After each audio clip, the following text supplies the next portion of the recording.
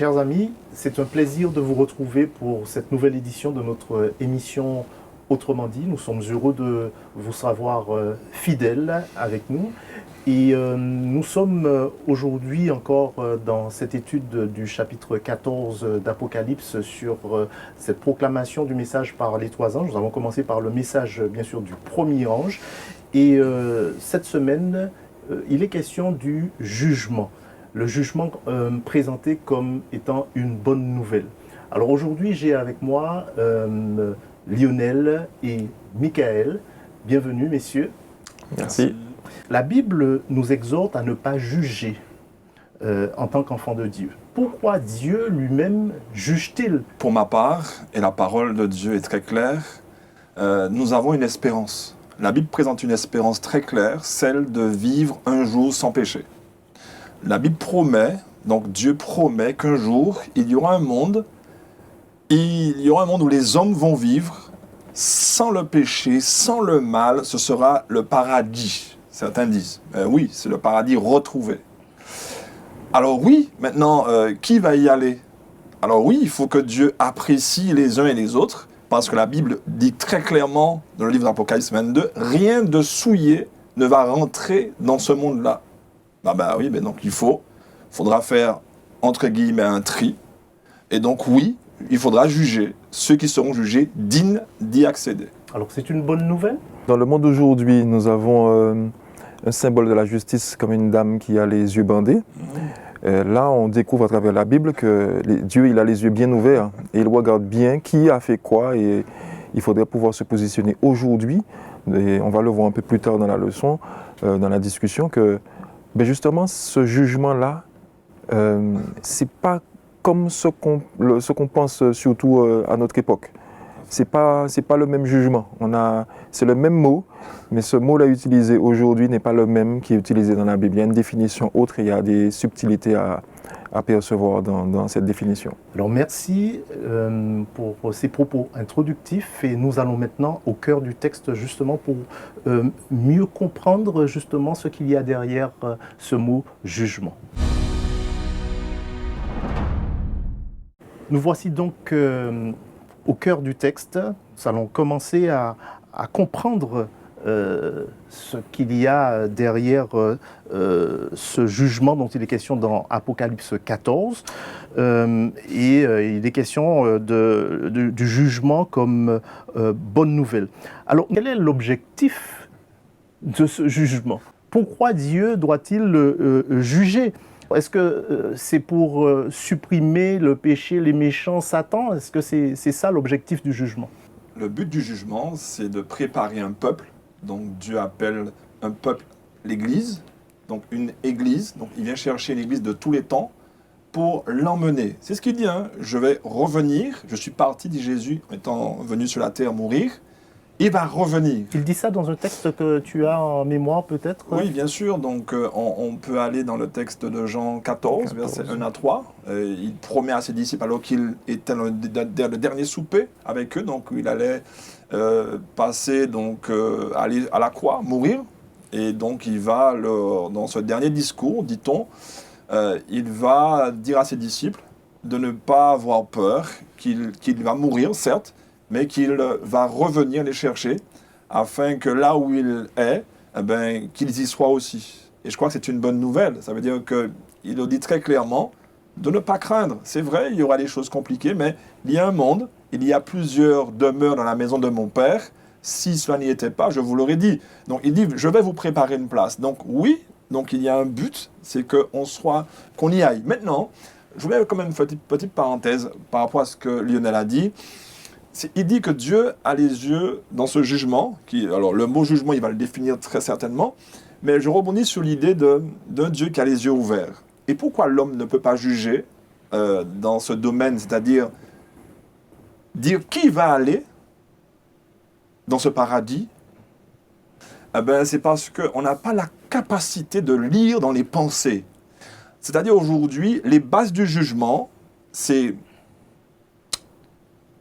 la foi, mais aussi les œuvres. Alors, Et très aussi bien. les intentions. Alors c'est très intéressant ce que tu dis avec la finalité en fait qui est de vivre l'éternité avec Dieu, avec Jésus qui a dit qu'il reviendra. Mais je reviens à ma question pour un autre élément de réponse parce que je ne suis pas tout à fait satisfait sur l'objectif du jugement.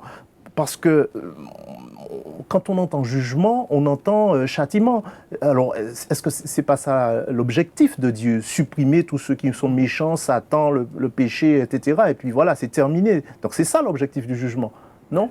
D'abord, l'objectif du jugement, Michael a commencé à en parler, c'est, oui, qu'on le veuille ou non, éliminer le mal. Et Matthieu le dira très clairement que Dieu va éliminer... a préparé un feu pour Satan et ses anges. Et ensuite, tous ceux qui l'ont suivi. Maintenant, la notion de jugement aujourd'hui, c'est de pouvoir se positionner par rapport à ce que Dieu a fait pour moi. Est-ce que je veux le suivre ou pas? Et qu'en est-il de la justice dans tout cela? Ce sont des jugements, enfin c'est un jugement juste qui sera prononcé par Dieu? Oui, un jugement juste. Alors, oui, un jugement juste dans le sens où Michael a commencé à en parler, Dieu voit les cœurs. Donc, le mobile, et Matthieu est très clair dessus, hein. Il y a des personnes qui vont, à la fin des temps, interpeller, hein, et dans Matthieu 25, certaines personnes vont se poser, il y a bien un texte précis pour dire que Jésus va séparer les boucs et les brebis, Dans Matthieu 25. Matthieu 25, et certaines personnes vont se poser la question, mais à quel moment j'ai fait quelque chose? À quel moment j'ai contribué? Jésus va très clairement dire, ce sont les fruits. Ce sont les fruits. Tu as été avenant, aimable, etc. Ce sont les fruits. L'acceptation de Jésus dans ta vie a produit du fruit et tu as naturellement, sans te forcer, tu as fait des œuvres bonnes, entre guillemets. Cependant, il y a des personnes qui peuvent faire des œuvres bonnes avec un mobile différent. Et c'est là qu'on comprend. la question des mauvaises motivations. Eh bien justement, c'est la question des mobiles. Il faut savoir pourquoi on le fait. Est-ce qu'on le fait dans le but d'être sauvé ou est-ce qu'on le fait juste parce qu'on a rencontré Jésus et que finalement ça découle de cette relation qu'on a construite avec lui? Alors, j'ai une autre question sur ce message, ce début du message du premier ange. Le texte nous dit qu'il a un évangile éternel à la main, qu'il dit de craindre Dieu, de l'adorer, de lui donner gloire. Et il place tout cela dans le contexte du jugement parce qu'il dit « car l'heure de son jugement est venue ». Et on peut avoir un petit peu de mal à faire le lien entre l'évangile éternel et le jugement. Quel lien voyez-vous entre l'évangile et le jugement? Il a un évangile éternel entre les mains et il dit que de craindre Dieu, de lui donner gloire parce que le jugement de Dieu arrive. Dans le livre de Marc, au chapitre 16, verset 16, « Celui qui croira se fera baptiser, sera sauvé. » Ça, c'est la bonne nouvelle. Et donc, la parole de Dieu tourne autour de cette bonne nouvelle. Un Jésus qui avait été promis depuis la Genèse 3.15, qui allait venir, qui allait sauver l'humanité. C'est dit explicitement comme ça dans Genèse 3, le verset 15, parce que nos amis qui iront chercher ne vont pas forcément trouver cela. Oui. Dans Genèse, on parle de Jésus dans la Genèse comme ça? Tout à fait. Alors c'est pas comme cela, on est d'accord. Alors, il faut aller un petit peu plus loin pour comprendre que ce plan-là avait déjà été créé depuis la fondation du monde. Et effectivement, donc, si tu écraseras le talon, donc tu vas l'écraser bien, mais elle va te blesser le talon. Donc, cette femme va représenter cette église à venir, mais de la postérité. Sa postérité, c'est elle qui va vaincre. Cette postérité, c'est Jésus, avec un grand P. Donc, quand on va un peu plus, c'est peut-être pas le moment pour le faire, mais quand on va dans ce sens, on comprend bien que c'est Jésus qui est la postérité qui allait venir de la femme, et qui allait venir et qui allait vaincre. Mais le lien avec le jugement. Alors donc, oui, tout à fait. Ce qui est très important, c'est que la foi, donc la justification par la foi, c'est ce que Jésus nous a donné. Ça veut dire qu'on ne peut pas, pour avoir le salut, être sauvé de la mort, parce qu'en vrai, le jugement est une bonne nouvelle.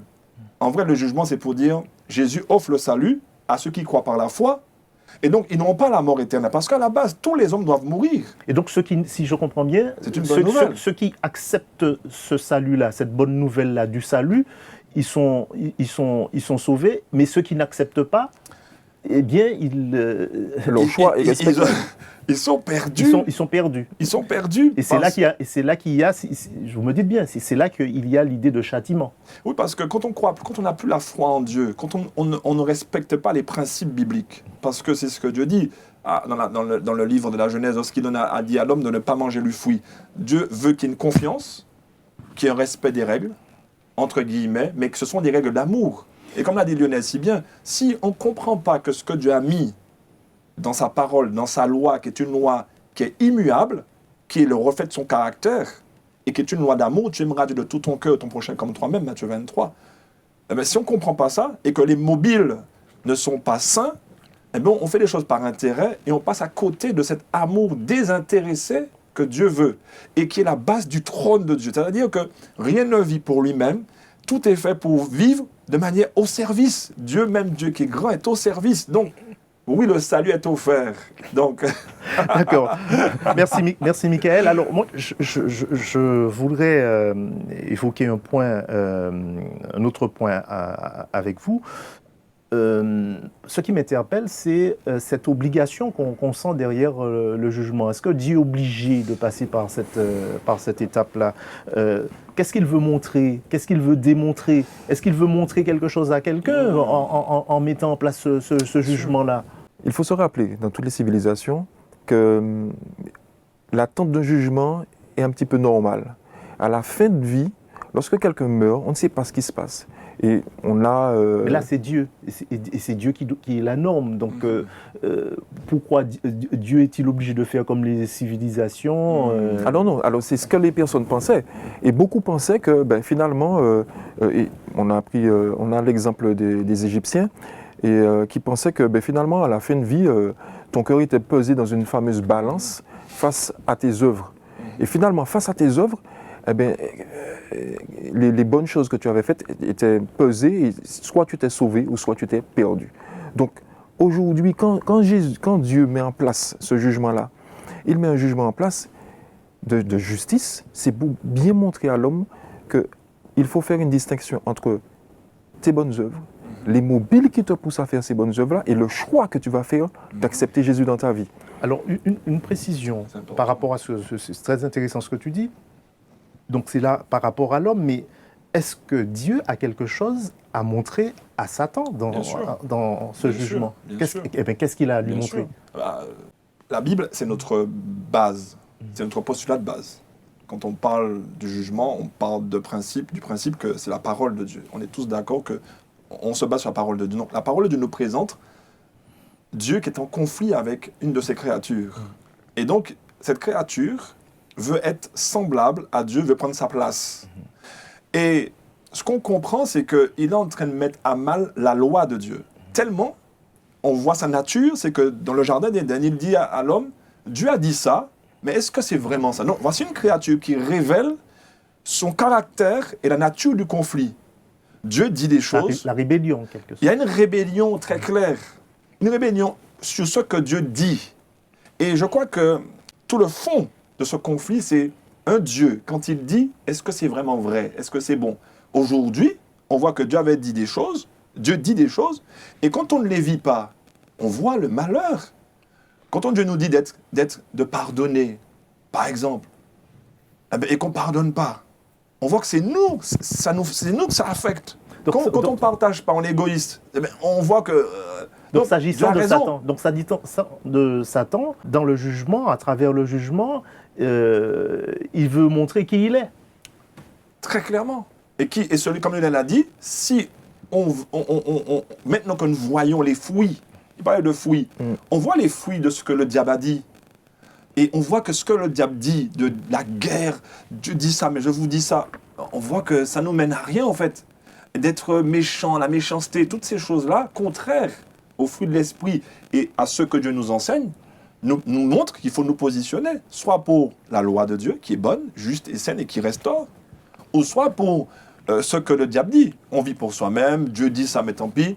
eh bien, on voit les résultats. À nous de voir aujourd'hui le monde. Je pense que j'invite à tous ceux et celles qui nous suivent de regarder le monde et de voir que ce que Dieu dit et ce que le diable dit, on a vite fait le choix. Maintenant, c'est pas toujours évident. Donc, juste pour ajouter que la loi, des fois, et la loi, pas des fois, mais on la trouve toujours coercitive, la loi de Dieu. Et pourtant, Romains chapitre 13 au verset 10 dit bien, l'amour ne fait point de mal au prochain.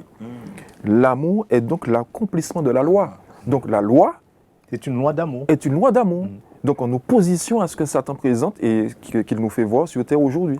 Alors on revient sur le sujet, précisément le sujet du jugement. Prenons Apocalypse 20, le verset 12, dans lequel je lis que les morts sont jugés selon leurs œuvres.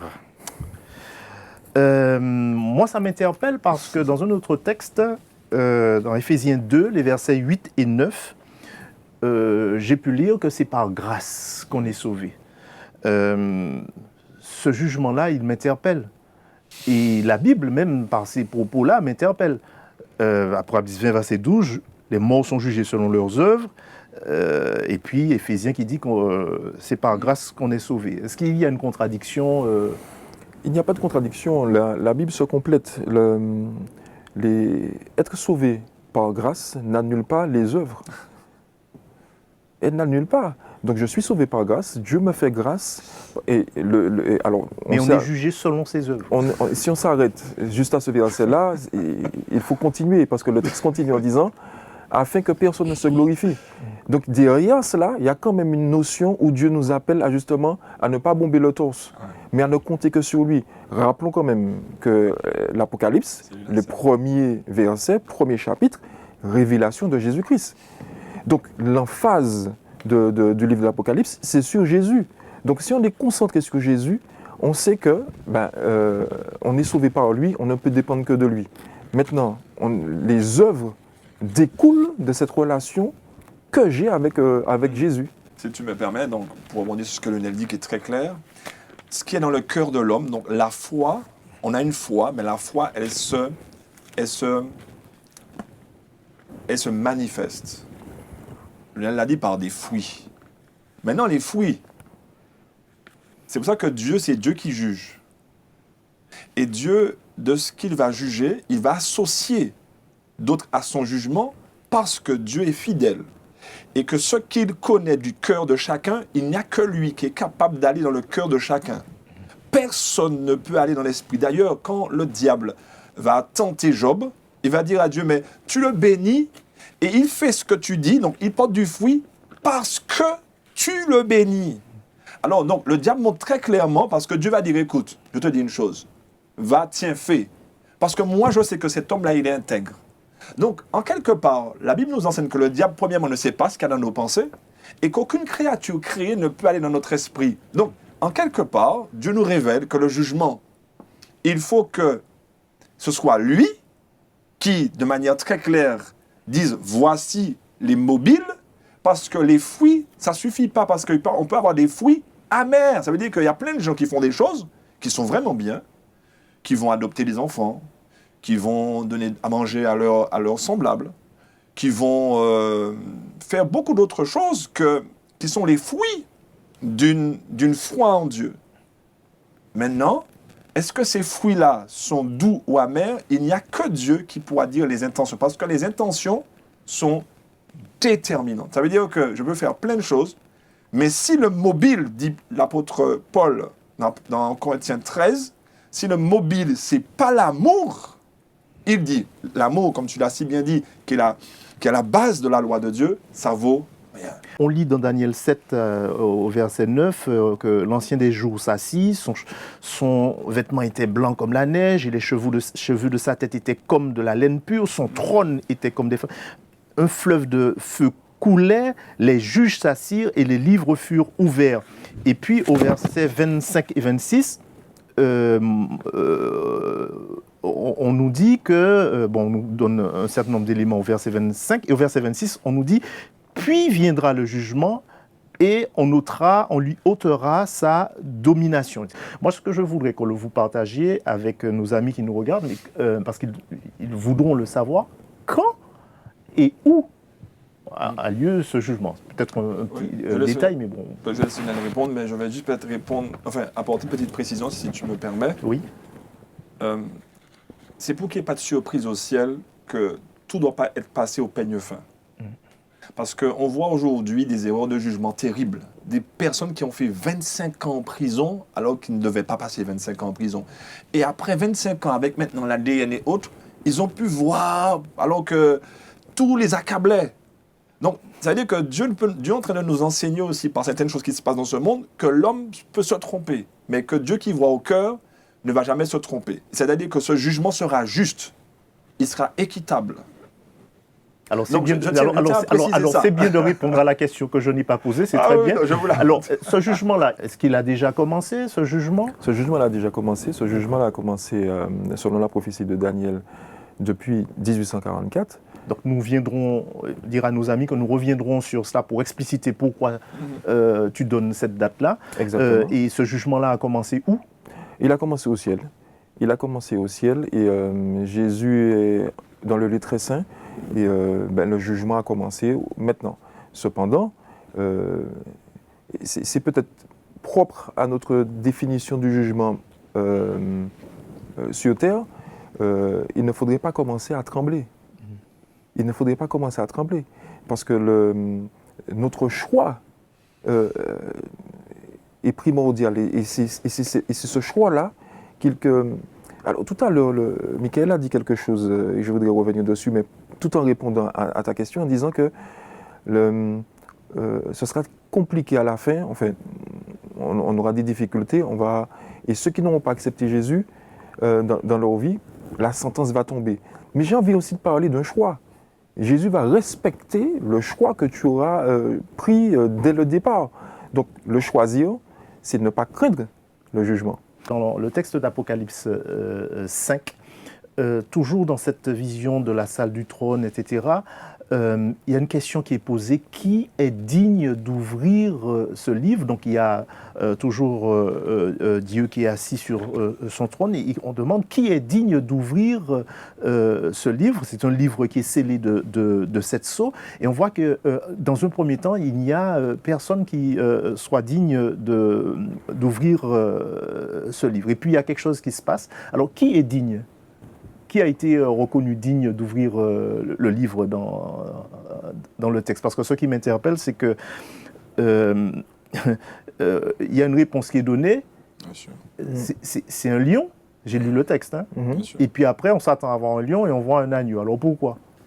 Un agneau qui représente Jésus, qui a été immolé sur la croix. Mais pourquoi le lion? Et puis on dit que c'est le lion, et tout le monde est content que ça soit un lion, et puis après c'est un agneau qu'on voit. C'est le lion de la tribu de Juda, donc c'est le rejeton de David. C'est lui qui représente justement Jésus, et on le représente aussi comme l'agneau. Dans le livre de l'Apocalypse, ce sont des symboles. Et lorsqu'on prend le temps, on ne pourra pas le faire là, mais lorsqu'on prend le temps de regarder tous les textes, on comprend bien que le lion de la tribu de Juda, l'agneau immolé, représente Jésus. Michael, tu voulais ajouter quelque chose Simplement, rapidement à ce oui, sujet? tout à fait. C'est pour ça que nous ne voulons toujours pas nous tromper. Les Juifs, malheureusement, à un moment donné, dans l'interprétation des Écritures, ne voyaient pas Jésus comme un Messie, un agneau qui devait mourir pour le péché. Et l'Apocalypse va confirmer que oui, ce roi est un roi conquérant, mais pas seulement. C'est un roi aussi sauveur qui va entrer dans la faiblesse Donc conquérant, c'est le lion, oui. la puissance, et puis L'agneau qui sauve. Parce Qui sauve, c'est Jésus. D'accord. Et donc, c'est très clairement pour nous rappeler que Dieu est le Dieu sauveur, mais aussi le Seigneur à qui on doit obéir. Donc, Jésus n'est pas celui seulement qui nous sauve, parce que tu as parlé de choix, mais il est aussi notre Seigneur. Merci, messieurs, pour cette première partie. Nous allons maintenant avoir une partie pratique sur cette étude. Nous abordons donc cette deuxième partie un peu plus pratique de notre étude. Est-ce qu'il y a un espoir d'être sauvé, d'échapper à la mort éternelle, quand bien même on aurait fait les pires atrocités, commis les pires crimes, etc. Je dirais simplement, pour ma part, j'évoquerai donc un texte et un cas. Donc, c'est Dieu donne le ton. Il dit Dieu a tant aimé le monde qu'il a donné son Fils unique, Jean 3,16, afin que quiconque croit en lui ne périsse point, mais ait la vie éternelle. Donc, quiconque. Quiconque, C'est qui cette quiconque. personne? Alors, l'apôtre Jean va donner, dans l'évangile de Jean, c'est Jean qui a suivi Jésus et qui va rappeler cette parole de Jésus. Non, mais quiconque, c'est pas quelqu'un. Ah, tout à fait. Alors, oui, quiconque, c'est... alors, le quiconque, et c'est ce qui est formidable avec la Bible, c'est que le quiconque, on met qui on veut. Et donc, ça permet à quiconque de s'identifier. Qu'il soit le plus grand meurtrier, autre, il peut s'identifier dans ce quiconque. Parce que ce quiconque-là, il n'y a pas un critère. Et dans ce quiconque, il peut se retrouver. Donc, le ton est donné. Voici un Dieu qui aime ses enfants, qui aime ses créatures. Et puis, pour répondre très clairement à ta question, donc on a le cas du larron. Alors on dit souvent le bon larron, mais c'est un larron. Donc, Un mauvais gars. Un mauvais garçon, et qui s'est retrouvé, qui a eu le bonheur d'être auprès de Jésus sur la croix. Parce que la Bible nous dit qu'il y a eu un à droite et un à gauche. Et lui, il va saisir l'occasion. Et Jésus lui dira qu'il pourra un jour. Il peut mourir avec cet espoir-là, qu'un jour, il sera avec lui dans l'éternité. Donc, oui, quel que soit, même au dernier moment, il y a de l'espoir pour ceux qui ont le cœur ouvert à l'influence de l'Esprit de Dieu, parce que Jésus va dire que quand il partira, il va attirer. Donc, si on se laisse attirer, il y a de la place à la croix. Est-ce que c'est important de vivre d'une certaine manière en sachant qu'il y a le jugement? Et comment devrions-nous vivre? Comment devons-nous vivre? Très simplement, lorsqu'on accepte Jésus dans sa vie, il nous faut pouvoir vivre, on l'a déjà dit, et on n'a pas d'effort particulier à faire, parce qu'il nous dit bien de rester accroché à lui, et c'est lui qui nous permettra de porter du fruit. Donc, est-ce qu'il y a un effort à faire lorsqu'on sait qu'à cette période-là, le jugement a déjà commencé? On doit être rassuré, c'est une bonne nouvelle. Parce que on n'a pas pu voir le texte, mais Daniel le rappelle, le jugement est en faveur des saints, de ceux qui ont accepté Jésus, de ceux qui ont accepté de le suivre. Donc on n'a aucune crainte à avoir si on est avec Dieu et qu'on fait ce qu'il attend de nous. On a un bon avocat. Voilà, et c'est troublant. Alors on a un bon avocat et c'est troublant pour nous aujourd'hui, dans le monde où on vit, de se dire, je vais être jugé, mais le jugement est en faveur des saints. Mais il est en faveur des saints, pourquoi? À plusieurs titres. Parce que Dieu a tant aimé le monde qu'il a donné. Donc, Dieu nous aime tellement, c'est lui qui juge. Mais il a envoyé son Fils mourir à notre place. Donc, le juge a envoyé son Fils mourir. Donc, il y a quand même quelque part derrière cela, déjà, dans notre langage, on aurait dit, il y a conflit d'intérêts. Parce que le juge a envoyé son Fils mourir à notre place. Si on accepte Jésus, mais il nous montre par tout ce qu'il fait dans la parole de Dieu, Dieu nous montre à quel point il veut vivre avec nous, à quel point il veut nous sauver. Donc maintenant, il nous appartient seulement à faire le choix. Je vous remercie de cet échange que nous avons eu sur cette étude et d'avoir bien souligné que le jugement de Dieu est une bonne nouvelle. Chers amis, nous vous remercions d'avoir été attentifs et d'avoir été fidèles et d'avoir regardé jusqu'au bout cette étude. Nous vous invitons à la partager, à la liker et à revenir la semaine prochaine pour pouvoir poursuivre cette étude sur le message du premier ange, parce qu'on est toujours sur le premier ange, et pour poursuivre même sur le jugement, parce qu'il sera encore question du jugement avec des précisions sur les 2300 soirs et matins, la purification du sanctuaire, etc. Donc, bonne semaine et à notre prochaine étude. Merci.